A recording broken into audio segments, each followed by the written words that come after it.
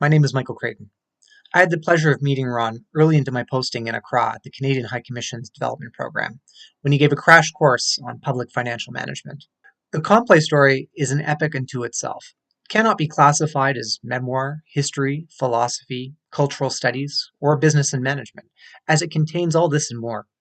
Harrowing tales, hydrological analysis, and street cuisine tips all in one. It's a reflection of the writer, who demonstrates a mastery of domains as diverse as physics, finance, and now written prose. We could easily spend a semester dissecting his stories, but I'll offer two questions. First, what service does this book provide to humanity?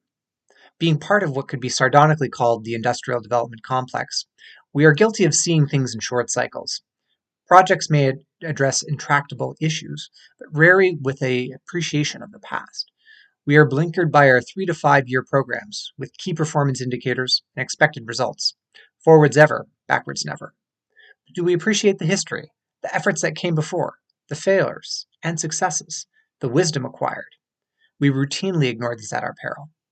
For example, anyone engaging in rural development in Liberia or business in Ghana, this book contains essential reading for them. Second, Ron poses a deep and disturbing question. What are the limits to our agency, in spite of our education, our resources, and our boundless optimism? I've spent a combined decade working on well-intentioned efforts to support women and youth in Afghanistan and in Gaza, and recently watched years of efforts become undone in a matter of weeks. All of our plans and resources undone by a theocratic insurgency, a minister with a vested interest, a precision-guided bomb, an overnight operation of disgruntled military officers, or a village tribunal. How do we persevere under these conditions? What can we build? Every person contains a life and lives that are lived.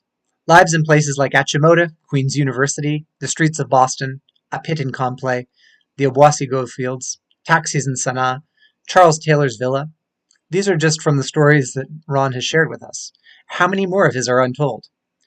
All of these stories are important and can teach us. The Indigenous writer Thomas King said, "The truth about stories is that's all we are."